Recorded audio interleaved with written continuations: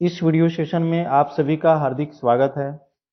यदि आप इग्नू में बीएड एंट्रेंस टेस्ट के लिए तैयारी कर रहे हैं तो यह वीडियो आप सभी के लिए बहुत इम्पोर्टेंट होने वाली है, क्योंकि इस वीडियो में 8 जनवरी 2023 को जो प्रवेश परीक्षा हुई थी उसका प्रश्नों का डिस्कशन इस वीडियो में हम लोग देखेंगे। यदि आप इग्नू बीएड एंट्रेंस टेस्ट की तैयारी कर रहे हैं तो आपको सबसे पहले 3 या 4 साल का प्रीवियस ईयर क्वेश्चन को देखना बहुत ही जरूरी है, ताकि इससे आपको पता चल जाए कि किस तरह के क्वेश्चन एग्जाम्स में आते हैं। तो चलते हैं, हम लोग वीडियो को शुरुआत करते हैं। आज इस सेशन में हम लोग तार्किक एवं विश्लेषणात्मक चिंतन के प्रश्न को देखेंगे, यानी रीजनिंग के प्रश्न को देखेंगे। इससे पहले मैंने एक वीडियो अपलोड किया है सामान्य हिंदी बोध का। यदि वो अभी तक नहीं देखे हैं तो डिस्क्रिप्शन बॉक्स में उसका लिंक दिया हुआ है, आप उसे भी देख लें। तो चलते हैं, हम लोग सबसे पहले सिलेबस को देख लेंगे। तो सिलेबस में जैसा कि हम लोग जानते हैं कि कुल प्रश्नों की संख्या 100 होती है, समय मिलता है 120 मिनट। परीक्षा पुस्तिका 2 भागों में विभक्त होती है, अ और ब। प्रत्येक प्रश्न 1 अंक का है और भाग अ में हम लोग 4 खंड को देखते हैं। खंड 1 में सामान्य हिंदी बोध, जिसको मैंने करा लिया है। इसी वीडियो के डिस्क्रिप्शन बॉक्स में उसका लिंक दिया हुआ है, आप उसे जाकर देख लें। सामान्य हिंदी बोध का प्रश्नों की संख्या 10 होती है और कुल 10 अंक का होता है। खंड 2 में तार्किक एवं विश्लेषणात्मक चिंतन, प्रश्नों की संख्या 20 होती है और कुल 20 अंक का होती है। इसको हम लोग इसी वीडियो में देखेंगे। खंड 3 में शैक्षिक एवं समान चेतना से संबंधित प्रश्न को देखेंगे। इसमें प्रश्नों की संख्या 25 होगी और कुल अंक 25 होगा। खंड 4 में हम लोग शिक्षण अधिगम एवं विद्यालय से संबंधित 25 प्रश्न को देखेंगे, जो 25 अंक का होगा। नेक्स्ट चलते हैं। इसके बाद भाग ब में खंड 5 को हम लोग देखेंगे। खंड 5 में विषयगत सक्षमता, और इसमें से कोई एक ही विषय को चूज करना होगा, जिसमें प्रश्नों की संख्या 20 होगी और कुल 20 अंक का होगा। इसमें विज्ञान होगा, गणित होगा, सामाजिक विज्ञान होगा, अंग्रेजी होगा और हिंदी का प्रश्न होंगे। लेकिन इस भाग ब के खंड 5 से कोई एक ही विषय को लेना है, यानी ये जो 5 विषय दिया हुआ है, विज्ञान, गणित, सामाजिक विज्ञान, अंग्रेजी और हिंदी, कोई एक ही विषय को चूज करके उसके क्वेश्चन को सोल्व करना है। नोट में देख लेते हैं, भाग ब से कोई एक विषय करना है। यदि कोई अभ्यर्थी भाग ब में से एक से अधिक विषयों को उत्तर देता है तो उसे भाग ब में अयोग्य माना जाएगा, यानी फेल कर दिया जाएगा। क्वेश्चन बनाने से शुरू करने से पहले ओएमआर उत्तर पत्र पर दिए गए निर्देशों का ध्यान पूर्वक उसको पढ़ लीजिए, जिसके बाद ही क्वेश्चन को सोल्व करिए। अब चलते हैं हम लोग नेक्स्ट पेज पे।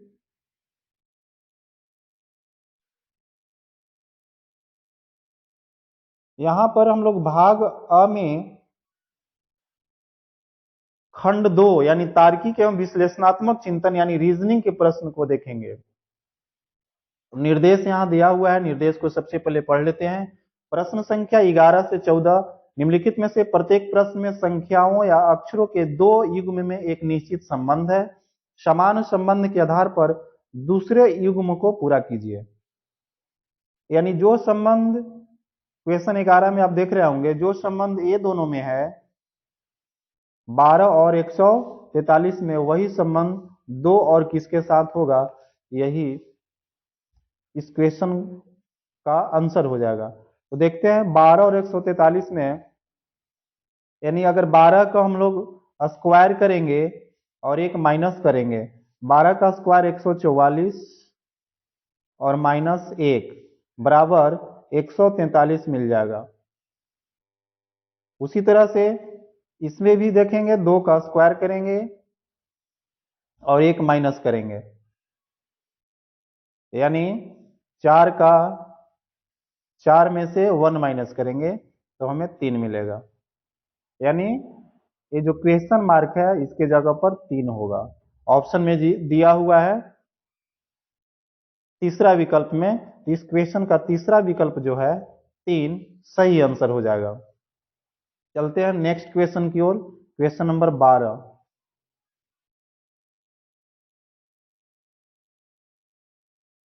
क्वेश्चन 12 में भी हम लोग देखेंगे निर्देश वही है, यानी 11 से 14 तक प्रश्न का निर्देश सेम है। तो जो संबंध 225 और 14 में है वही संबंध 81 और जिसमें होगा उसका बताना है। तो हम लोग यहाँ पे देख रहे हैं कि 225 जो है 15 का स्क्वायर है, 225 जो है 15 का स्क्वायर है, और 15 में से हम लोग 1 माइनस करेंगे तो मिल जा रहा है 14। उसी प्रकार से हम लोग 81 को देख रहे हैं कि 9 का स्क्वायर है, 81 जो है 9 का स्क्वायर है, तो 9 में से हम लोग 1 को माइनस करेंगे तो हमें 8 मिल जा रहा है। यानी ये जो इंट्रोगेशन का मार्क्स है यहाँ पर 8 हो जाएगा। विकल्प में हम लोग देख रहे हैं कि दूसरा विकल्प में 8 आंसर है। इस प्रकार से इस क्वेश्चन का बी दूसरा विकल्प जो है सही आंसर हो जाएगा। चलते हैं नेक्स्ट क्वेश्चन की ओर।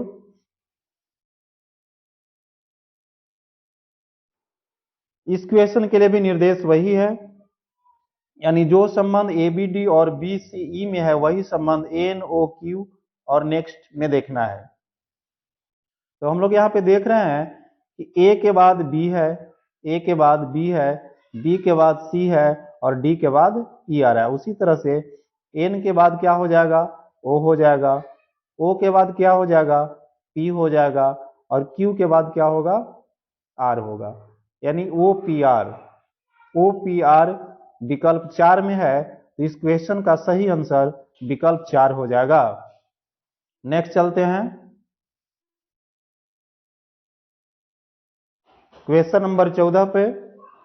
यहां भी उसी निर्देश पे इस क्वेश्चन को सोल्व करना है। तो यहाँ हम लोग देख रहे हैं कि जो संबंध ए दोनों में होगा वही संबंध इस दोनों में करना है, यानी जो संबंध AZYB का CXWD से है वही संबंध BYXC का किससे होगा, यही हम लोगों को इसमें देख लेना है।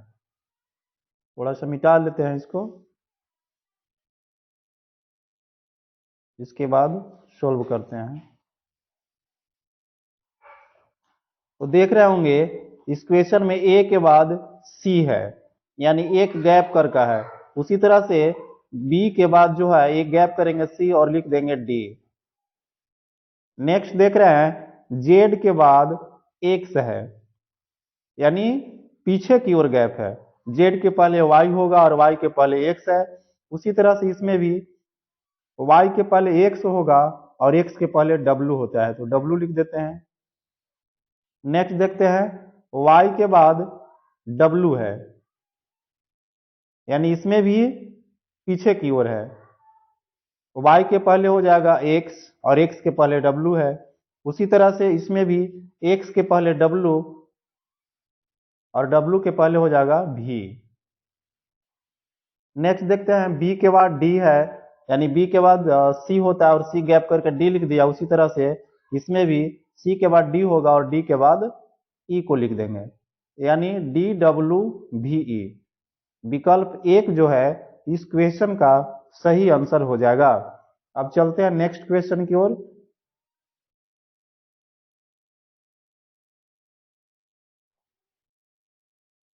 यहां पर हम लोग देख रहे हैं इसमें भी निर्देश दिया हुआ है। यहाँ जो निर्देश दिया हुआ है और प्रश्न संख्या 15 से 18 तक के लिए है कि निम्नलिखित में से प्रत्येक प्रश्न के संख्या श्रृंखला जिसमें से एक पद नहीं दिया गया है श्रेणी क्रम को समझकर सही कीजिए। यानी ये जो क्रम चलते आ रहा है उसी क्रम को देखना है कि नेक्स्ट जो हम लोग इंट्रोगेशन साइन क्वेश्चन में दिया हुआ है उस इंट्रोगेशन के जगह पर क्या होगा। तो हम लोग यहाँ देख रहे हैं कि 3 और 10 13, 13 और 10 23, 23 और 20 43, 43 और 10 53, 53 और 20 73। तो 73 के बाद जो है हम लोग इसमें 10 कर देंगे, यानी यहाँ पर 10 का गैप हो जा रहा है। 73 और 23 सॉरी 13 और 23 में भी 10 का गैप हो जा रहा है। 23 और 43 में 20 का गैप हो जा रहा है। 43 और 53 में 10 का गैप हो जा रहा है।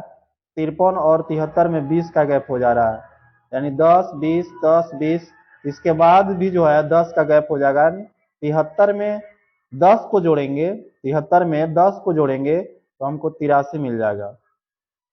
विकल्प में दिया हुआ है सेकंड विकल्प, इस क्वेश्चन का सेकंड विकल्प जो है सही आंसर हो जाएगा। चलते हैं नेक्स्ट क्वेश्चन की ओर। इस क्वेश्चन के लिए भी निर्देश वही है, इस संख्या श्रृंखला को देखना है, श्रेणी क्रम को समझना है और उसके बाद बताना है कि इंट्रोगेशन के जगह पर क्या होगा। तो हम लोग यहाँ पे देख रहे हैं जैसा कि क्वेश्चन में दिया हुआ है, आप इसे देखें 5 के बाद 10 है, 5 बढ़ गया, फिर 10 के बाद 20 है, 10 बढ़ गया, सबसे पहले 5 बढ़ा, फिर 10 बढ़ा, इसके बाद 35 हो जा रहा है, 15 बढ़ गया, तो 5 बढ़ा, 10 बढ़ा, 15 बढ़ा, इसके बाद हम लोग 20 बढ़ा देंगे, यानी 35 और 20 ऐड होगा तो हमें 55 मिल जाएगा। और विकल्प में दिया हुआ है तीसरा विकल्प में दिया हुआ है 35।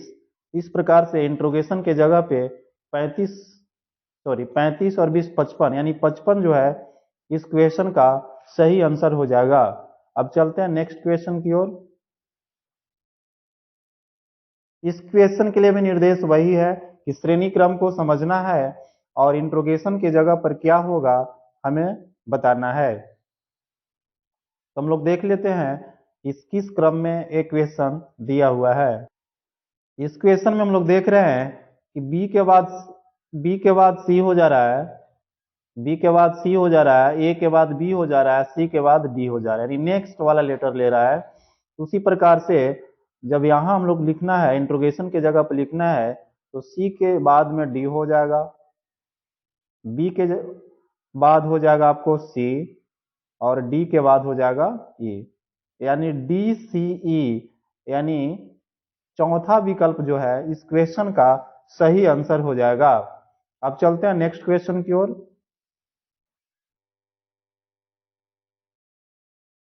इस क्वेश्चन के लिए भी वही निर्देश है, श्रेणी क्रम को समझना है और इसके बाद इस क्वेश्चन का आंसर देना है। तो हम लोग देख रहे हैं एम के पहले जो है एल है, एल के पहले के है, के पहले जे है, तो जे के पहले जो है आई हो जाएगा, जे के पहले आई हो जाएगा। इसके बाद हम देख रहे हैं एन के बाद ओ के बाद पी के बाद क्यू, तो क्यू के बाद जो है आर हो जाएगा। इसके बाद नेक्स्ट देख लेते हैं, ए के बाद बी है, बी के बाद सी है, सी के बाद डी है, तो डी के बाद ई हो जाएगा। नेक्स्ट देख लेते हैं, जेड के पहले वाई है, वाई के पहले एक्स है, एक्स के पहले डब्लू है, तो डब्लू के पहले भी हो जाएगा, यानी आई आर ई भी, यानी इस क्वेश्चन का सेकेंड विकल्प जो है सही आंसर हो जाएगा। अब चलते हैं नेक्स्ट क्वेश्चन की ओर।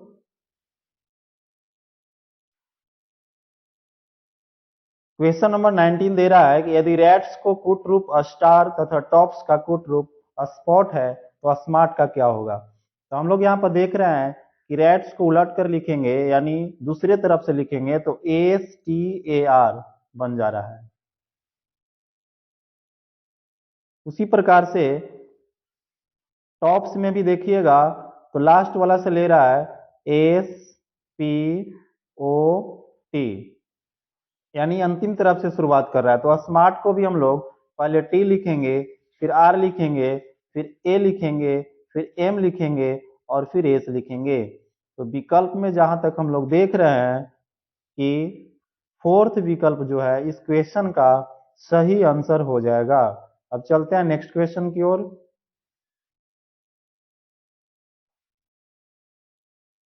इस क्वेश्चन में भी हम लोग देख रहे हैं कि बार को रैब लिख रहा है, यानी उल्टा तरफ से लिख रहा है RAB।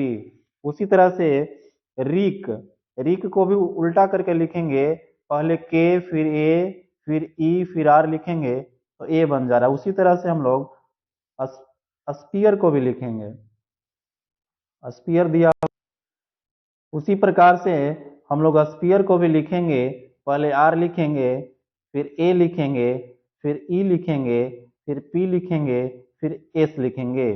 Are A E P S, R A E P S. हम लोग देख रहे हैं कि तीसरा विकल्प में दिया हुआ है। इस क्वेश्चन का तीसरा विकल्प जो है सही आंसर हो जाएगा। अब चलते हैं नेक्स्ट क्वेश्चन की ओर। यदि रेस का कूट रूप 1 2 3 4 तथा स्पार्क का कूट रूप 5 6 2 1 7 है। रेस का कूट रूप 1 2 3 4 तथा स्पार्क का कूट रूप 5 6 2 1 7 है, तो स्पीकर का कूट रूप क्या होगा? स्पीकर में सबसे पहले एस आ रहा है, तो हम लोग एस का देख रहे हैं कि 5 हो रहा है कूट रूप, तो 5 लिख देते हैं। इसके बाद पी है, स्पीकर का सेकंड लेटर जो है पी आ रहा है, तो पी का हम लोग देख रहे हैं कि पी का 6 है, तो 6 लिखेंगे। इसके बाद स्पीकर में तीसरा लेटर ई है, तो ई का हम लोग यहाँ से देख रहे हैं कि 4 दिया हुआ है, तो 4 लिख देंगे। इसके बाद ए है, चौथा लेटर ए है, तो ए का हम लोग कूट रूप देख रहे हैं कि 2 है, तो 2 लिख देंगे। इसके बाद के है, तो के जो है यहाँ देख रहे हैं हम लोग के का कूट रूप 7 है, तो 7 लिख देंगे। इसके बाद ई है, तो ई का हम लोग देख रहे हैं कि 4 है, तो 4 लिख देंगे। इसके बाद आर है, तो आर का कूट रूप जो है 1 है, तो 1 लिख देते हैं। इस प्रकार से हम लोग यहाँ देख रहे हैं कि 56 42 7 41, 56 42 7 41 जो है ए विकल्प में है। 56 42 7 41 जो है पहला विकल्प में है, तो इस क्वेश्चन का फर्स्ट विकल्प जो है सही आंसर हो जाएगा। अब चलते हैं नेक्स्ट क्वेश्चन की ओर।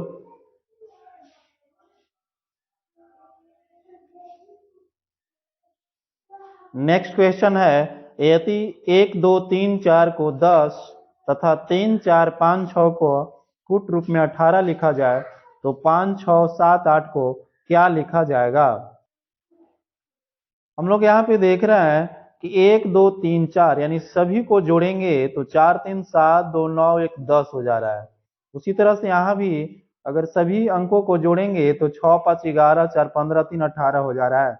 उसी तरह से 5 6 7 8 में भी सभी अंकों को हम लोग जोड़ते हैं, यानी 5 प्लस 6 प्लस 7 प्लस 8। यदि सभी को जोड़ेंगे तो 8 7 15 15 6 21 21 सौ 5 26 हो जा रहा है, यानी सेकेंड विकल्प जो है इस क्वेश्चन का सही आंसर हो जाएगा। अब चलते हैं नेक्स्ट क्वेश्चन की ओर।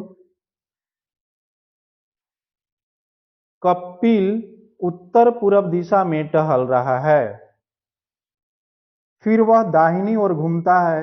1 मिनट तक घूमने के बाद वह पुनः दाहिनी ओर घूमता है, तो अब वह किस दिशा में घूम रहा है? यहाँ देखते हैं, सबसे पहले हम लोग डायरेक्शन बनाते हैं। उत्तर हो गया, पूरब हो गया, दक्षिण हो गया और ये पश्चिम हो गया। कपिल जो है उत्तर पूरब दिशा में टहल रहा है, उत्तर पूरब दिशा में टहल रहा है। फिर वह दाहिनी ओर घूमता है। 1 मिनट तक घूमने के बाद वह पुनः दाहिनी ओर घूमता है, दाहिनी ओर फिर से घूम जा रहा है। अब वह 1 मिनट तक, तो अब वह किस दिशा में घूम रहा है? तो यहाँ पर हम लोग देख रहे हैं कि दक्षिण पश्चिम हो जा रहा है, दक्षिण पश्चिम। यदि सिर्फ पूरब होता,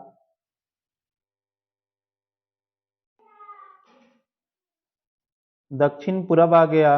इसके बाद फिर कह रहा है कि पुनः दाहिनी ओर घूमता है, यानी फिर दाहिनी ओर ही घूमता है।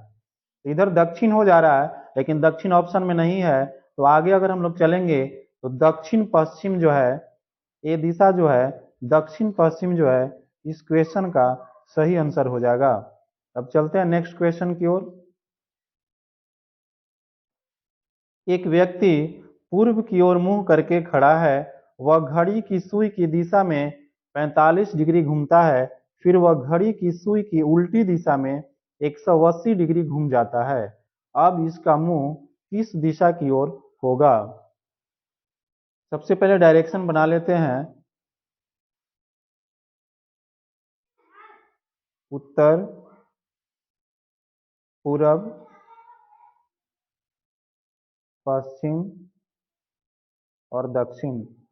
अब क्वेश्चन कह रहा है कि एक व्यक्ति पूर्व की ओर मुंह करके खड़ा है, पूर्व की ओर मुंह करके खड़ा है, वह घड़ी की सुई की दिशा में 45 डिग्री घूमता है। तो 45 डिग्री घूमने के बाद यहाँ पे आ जाएगा।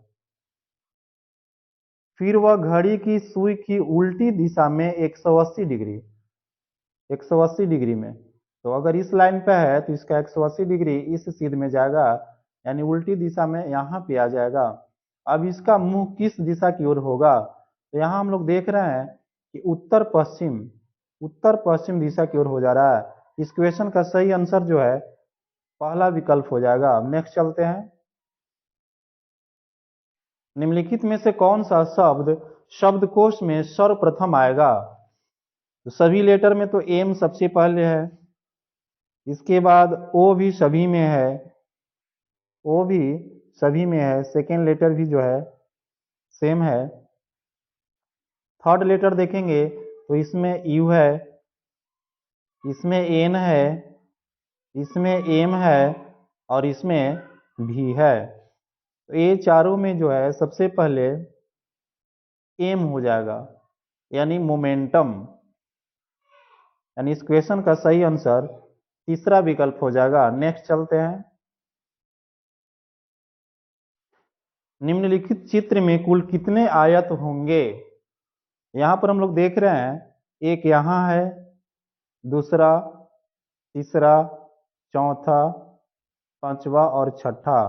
6 गो आयत तो स्पष्ट है। इसके बाद एक आयत यहां बनेगा तो 7 हो जाएगा, एक यहां बनेगा पूरा तो 8 हो जाएगा और एक नीचे भी पूरा बनेगा यानी 9 होगा। इस क्वेश्चन का सही आंसर जो है सेकेंड विकल्प हो जाएगा। अब चलते हैं नेक्स्ट क्वेश्चन की ओर। दो भाइयों में बड़ा भाई छोटे से 6 वर्ष बड़ा है। 3 वर्ष के बाद बड़े भाई की आयु छोटे से 2 गुनी होगी। छोटे भाई की वर्तमान आयु क्या है? क्वेश्चन कह रहा है कि दो भाइयों में बड़ा भाई छोटे से 6 वर्ष बड़ा है। तो यदि छोटा भाई को हम लोग x मान लेते हैं तो बड़ा भाई का जो उम्र है वो 6 वर्ष बड़ा है, यानी x प्लस 6 हो जाएगा। 3 वर्ष के बाद, तो 3 वर्ष के बाद जो है, 3 वर्ष के बाद जो है, तो 3 वर्ष के बाद छोटा का हो जाएगा उम्र x प्लस 3 वर्ष, बड़ा का हो जाएगा पहले से ही x प्लस 6 है तो ये 3 बरस और हो जाएगा। तो x प्लस 3 हो गया छोटा का 3 वर्ष के बाद, और यहाँ हो गया x प्लस 9 वर्ष बड़ा भाई। अब क्वेश्चन के अनुसार जो कह रहा है कि 3 वर्ष के बाद बड़े भाई की आयु छोटे से 2 गुनी हो जाएगी, यानी ये जो है छोटा भाई का जो उम्र है, बड़ा भाई की आयु जो है छोटे से 2 गुना हो जाएगा। छोटा से 2 गुना यानी इससे 2 गुना हो जाएगा ए। लेकिन इक्वेशन को सोल्व करने के लिए हम लोग उल्टा कर देते हैं। यहाँ पर इक्वल पहले डालेंगे तो ये छोटा का और ये बड़ा का है। क्वेश्चन कर रहा है कि बड़े भाई की आयु छोटे से 2 गुनी, लेकिन इसमें उल्टा कर देते हैं, छोटा में ही 2 गुना से कर देंगे। अब यहाँ सोल्व करते हैं तो 2x प्लस 6 बराबर x प्लस 9 हो जाएगा। अब x उधर चला जाएगा लेफ्ट साइड की ओर, तो 2x में से x जाएगा तो x, इधर 9 है, 6 इधर आकर माइनस होगा तो 3 हो जाएगा, यानी x बराबर 3। और x जो हम लोग छोटा भाई को माने थे, यानी छोटा भाई की वर्तमान आयु जो है 3 वर्ष हो जाएगा, यानी पहला विकल्प जो है इस क्वेश्चन का सही आंसर हो जाएगा। अब चलते हैं नेक्स्ट की ओर। एक पुरुष आपकी बेटी की मां के पिता का पुत्र है, वह आपका कौन सा हो सकता है? इस क्वेश्चन को है आप अपने खुद पर लेकर चलिएगा तो इस क्वेश्चन का सही आंसर मिल जाएगा। अब देखिए कह रहा है कि एक पुरुष आपकी बेटी की, तो आपकी बेटी की मां यानी आपकी पत्नी हो गई। इसके बाद कह रहा है कि मां के पिता यानी आपकी पत्नी के पिता तो आपके ससुर हो गए, और इसके बाद पिता का पुत्र यानी आपके ससुर का पुत्र तो साला हो गए, यानी वह आदमी जो है आपका साला हो सकता है। इस क्वेश्चन का सही आंसर दूसरा विकल्प हो जाएगा। अब चलते हैं नेक्स्ट क्वेश्चन की ओर। ए बी सी डी तथा ई मित्र हैं। बी जो है ए से लंबा है, बी जो है ए से लंबा है परंतु ई से छोटा है। बी जो है ए से लंबा है परंतु ई से छोटा है, तो ई ऊपर हो जाएगा। बी जो है डी से लंबा है, बी जो है से डी से लंबा है, बी बी जो है डी से लंबा है परंतु सी से छोटा है। बी जो है डी से, एक मिनट इसको फिर से मिटाते हैं।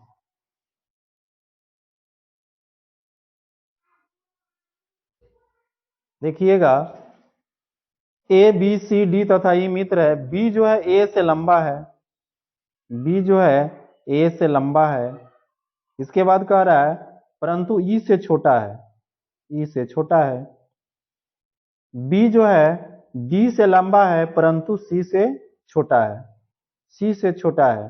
बी जो है डी से लंबा है परंतु सी से छोटा है, यानी सी ऊपर हो जाएगा। ई सबसे बड़ा है, ई सबसे बड़ा है, तो सी यहां हो जाएगा, ई जो है नहीं होगा। अब देखिए कौन छूट रहा है, ए हो गया, बी हो गया, सी हो गया, डी हो गया, ई हो गया। पूछ रहा है कि किसकी लंबाई जो है, किसकी लंबाई माध्यिका हो सकती है। तो 1 2 3 4 5, यानी इस क्वेश्चन का सही आंसर जो है आपको दो ऊपर हो गया, यानी सी और ई, और नीचे ए और डी हो गया। तो इस प्रकार से बी जो है यानी चौथा विकल्प इस क्वेश्चन का सही आंसर होगा। यदि आप नहीं समझे होंगे तो एक बार और समझ लीजिए। यहां तो ये पांचों मित्र है, A B C D. B जो है ए से लंबा है, बी जो है ए से लंबा है परंतु ई से छोटा है, ई से छोटा है। इसके बाद कह रहा है कि बी जो है डी से लंबा है। बी के बारे में कह रहा है कि बी जो है डी से लंबा है, तो डी को नीचे कर देते हैं, परंतु सी से छोटा है, यानी बी जो है सी से छोटा है, सी को नीचे कर देते हैं। इसके बाद कह रहा है कि ई सबसे बड़ा है, तो ई तो सबसे बड़ा हो गया। किसकी लंबाई माध्यिका हो सकती है, यानी जो बीच वाला, तो दो ऊपर से और दो नीचे से, तो बच गया बी। तो इस प्रकार से बी जो है यानी चौथा विकल्प इस क्वेश्चन का सही आंसर हो जाएगा। चलते हैं नेक्स्ट क्वेश्चन की ओर। निम्नलिखित में से कौन सा नाम अन्य से किसी एक प्रकार से भिन्न है। इस क्वेश्चन का सही आंसर हो जाएगा दूसरा विकल्प, यानी चंद्रशेखर। यानी ये आजादी से पहले के स्वतंत्रता सेनानी थे, और इसके बाद ये जो है बीपी सिंह, मनमोहन सिंह और एच डी देवगौड़ा ये भारत के प्रधानमंत्री रह चुके हैं। तो इस प्रकार से इस क्वेश्चन का सही आंसर दूसरा विकल्प हो जाएगा। अब चलते हैं, अब आप लोगों से नेक्स्ट वीडियो में मिलेंगे। तब तक के लिए थैंक्स, जय हिंद।